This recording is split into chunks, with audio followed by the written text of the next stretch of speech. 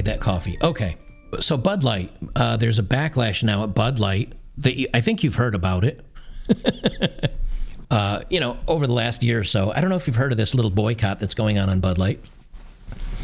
Bud Light still hasn't apologized. Bud Light still hasn't changed course. And Bud Light is still suffering the consequences. Well, now the backlash is continuing to this day, even though I did a story about this last month. Now there's more layoffs, there's more closings, and they're actually getting rid of some of their locations. Bud Light is really, really getting punished. And all they had to do is come out and say, you know what, you're right. We're sorry. We're going to actually backtrack. They didn't even attempt to do the Harley Davidson, like, oh, sorry, we're going to change our ways, and not change their ways. They just came out and looked you right in the eye and went, piss off, we're going to keep going down this track. So now they've basically given up on this generation of beer drinkers, and they said they're going to focus on the next one. Now, this is from May 10th. So this is May 10th. We're going back here, 3 months ago? Yeah, 3 months ago. So don't think this is current. I'm just giving you a little history lesson here the last three months. They say in the world of beer, Bud Light is still feeling fallout from a boycott that started more than a year ago. In the first quarter of 2024, Anheuser-Busch, known for its Bud Light brand, got some more good news. It beat earnings. Okay, so it beat earnings by a couple percentage points. But they beat earnings by raising the price of the product, not by getting returning sales. So they beat, because they even say it here, beat earnings expectations despite the boycott. And the way they did it, they're selling less, so they're raising the price on Bud Light. They say that the record number shows, or the recent number shows, the company saw a 2.6 revenue increase, mainly from price hikes as overall sales volume dipped. So volume's still dipping, they're raising their prices, and they had a layoff. So they had a layoff back then. Now, step forward until July. So this is just last month. This is from July 27th. So this is a month ago. Bud Light, maker of Anheuser-Busch, to lay off hundreds of employees, the company says. Bud Light recently lost its status as the top-selling beer. I did a video on this portion of it. Following a fallout over the campaign feature, the Dylan person thing. In a statement, the company said layoffs would affect less than 2% of its approximately 18,000 employees nationwide. Well, now step forward to today. From 4 hours ago, Anheuser-Busch lays off nearly 200 in Medford as it cuts back distribution.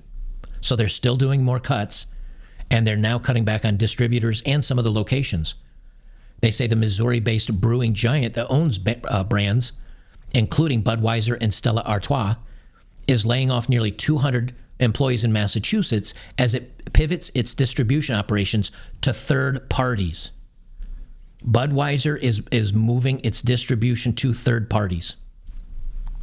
They say Anheuser-Busch will cut 193 jobs at its AB1 wholesale facility in Medford between this upcoming November 1st and November 14th, according to a state filing last week.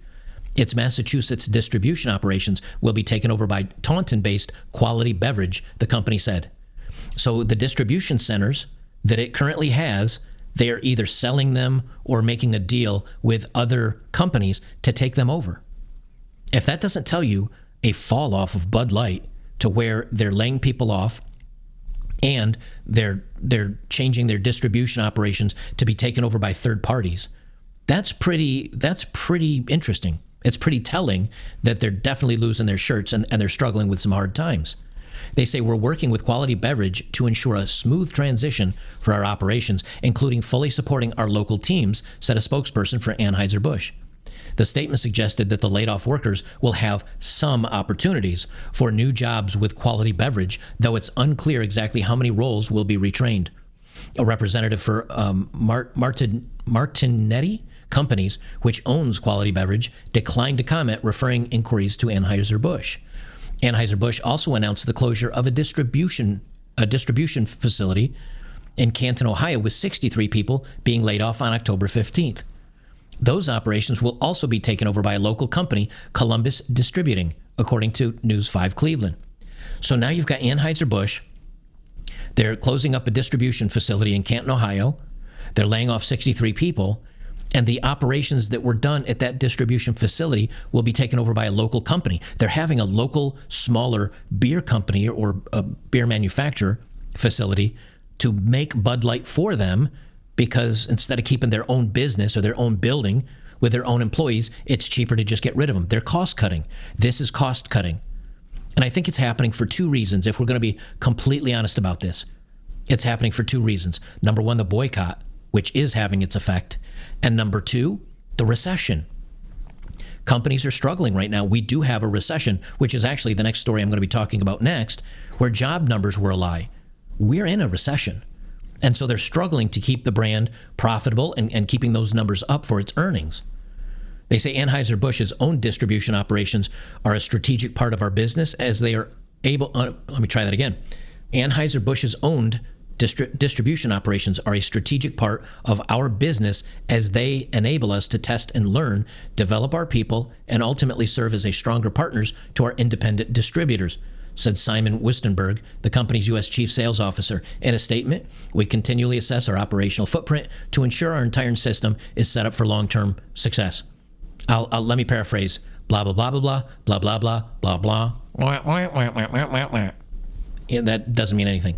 Quality Beverage operates distribution facilities in Auburn and Chicopee, stocking Anheuser-Busch products as well as hundreds of other brands, including Yuengling, Harpoon, and Sierra Nevada. Well, that doesn't sound good for them. It sounds like they're going to get their faces kicked in. All they had to do was apologize. All they had to do was backtrack. All they had to do, but they didn't get rid of the CEO. They care more about their stakeholders than their shareholders. And can the brand come back from this? Yeah, people will forget about it at some point. And they'll still be going along with the diversity thing until people find out about it again. And then there'll be more backlash. And like, again, I have a I don't forgive you policy. There's a lot of, whether it's conservatives or other people out there that say, we're going to boycott. And then when that company comes out and they say, we're sorry, we won't ever let it happen again. There's a lot of people that say, okay, we forgive you. And now we'll go, because we want to punish bad behavior, and we want to correct and be good, or be kind to good behavior. And then what happens? They probably secretly, behind the back of everybody, keeps going. Here's my take on it. You screw up with this DEI stuff, you're done. You're done forever. Don't ever go back. Ruin the brand, run them into the ground, make them the poster child for bad financial decisions, hold up the corpse for the rest of the world to say, this is what happens when you use DEI. And then all the other brands see that and they say, you know what? I'm not going to screw with this crap. I'm just not even going to I'm not messing with this. But if you're nice to them after they say, we're sorry, we won't do it again, then what do? They do it. They do it as long as they can get away with it for. Then when they get caught, they say, we're undoing everything. We're sorry. And everybody says, we forgive you. And then they turn around and re-implement it again with a different name or a different title or something else. And it continues on. If any company does this and I find out about it, they're on my boycott list forever. There's no coming back. There's no turning around. There's no, I'm sorry. You're done. You're dead to me forever.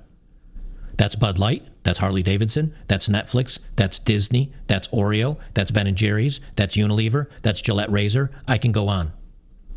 I keep all those little brands right here in my concrete-filled, thick little skull, and it's etched in there in stone, and I never touch those products again, no matter how much they apologize. That is the way you win a culture war. Not letting them get away with this crap, not letting them not apologize. You notice Harley did not apologize in that previous story I read. Nowhere in here does it say, we're sorry. It says, here's how we're being inclusive and how we're being inclusive and how we actually train and how we're taking care of our stakeholders. And there was no apology in there. No remorse, no regret. Bury them. Period. End of statement. Forever. No coming back. And hold the body up to show the world what happens if you do this as well. That's how you get it to stop. Guaranteed 100% of the time. Maverick says, so Bud Light's lowering production, thus artificially affecting shorter supplies than raising its price. Who the fuck is steering that train into a fallen bridge? The stakeholders. Well, yeah. It's all about the stakeholders, of course.